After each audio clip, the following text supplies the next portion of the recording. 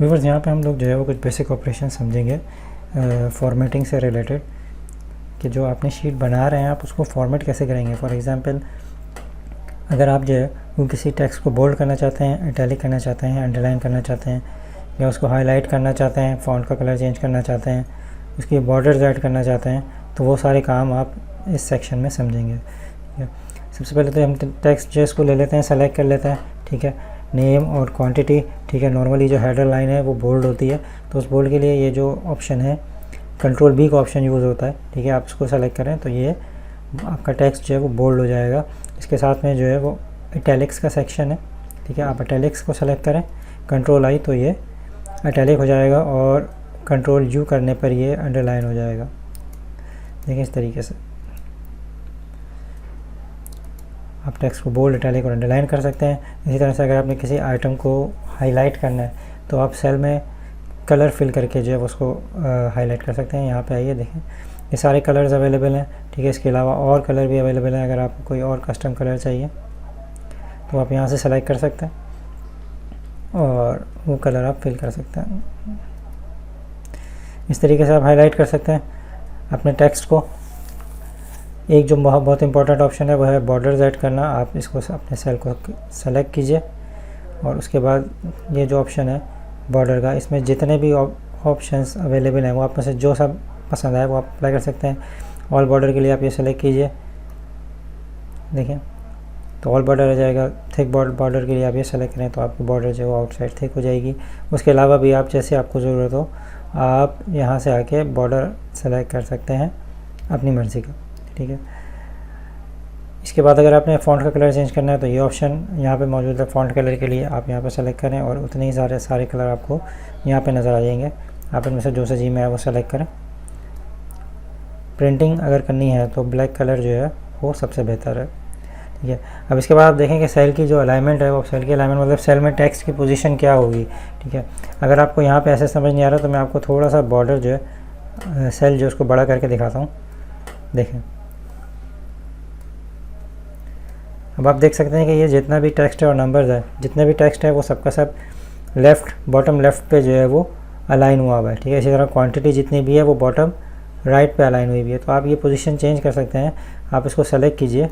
ठीक है, horizontal alignment के लिए ये 3 ऑप्शन मौजूद हैं। ठीक है, ये राइट अलाइन है, ये सेंटर है और ये लेफ़्ट है।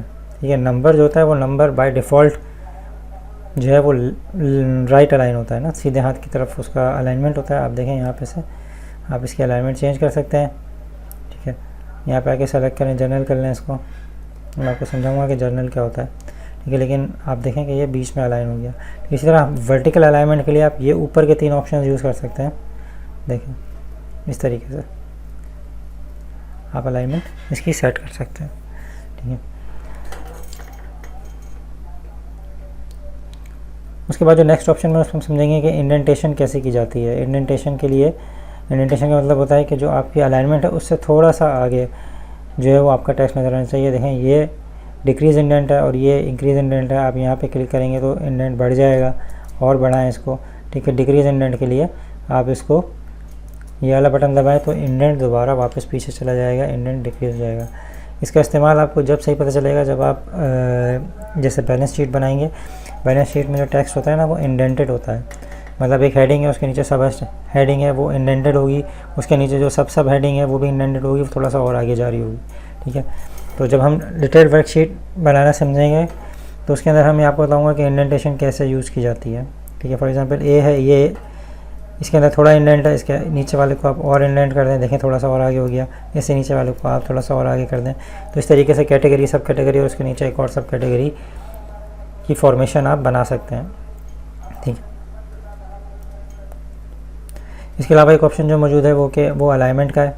आप टेक्स्ट की अलाइनमेंट चेंज कर सकते हैं। आप देख सकते हैं कि टेक्स्ट घूम रहा है नीचे से ऊपर, लेफ़्ट टू राइट, किसी एंगल के ऊपर आप उसको अलाइन कर सकते हैं। फॉर एग्जांपल ये टेक्स्ट है नेम का, अगर आप चाहें तो इसको अलाइन करके क्लॉकवाइज घुमा भी सकते हैं। ये देखिए इस तरीके से। ठीक है, अगर आप चाहें तो इसकी डायरेक्शन और भी मज़ीद चेंज कर सकते हैं। जैसे ये है वर्टिकल टेक्स्ट हो जाएगा। ठीक है, ये आप क्लिक कीजिए तो आपको पूरा वर्टिकल नज़र आएगा। फॉर एग्जांपल आपके पास बहुत सारे कॉलम है तो बाज़ औक़ात लोग वर्टिकल टेक्स्ट भी यूज़ करते हैं, छोटे छोटे बहुत सारे कॉलम्स, तो लोग वर्टिकल टेक्स्ट यूज़ कर सकते हैं। आप यहाँ पे बहुत सारे कॉलम और आगे बना सकते हैं। इसी तरीके से और ऑप्शन हम एक्सप्लोर कर लेते हैं इसमें। रोटेट टेक्स्ट डाउन इस तरीके से भी आ सकता है,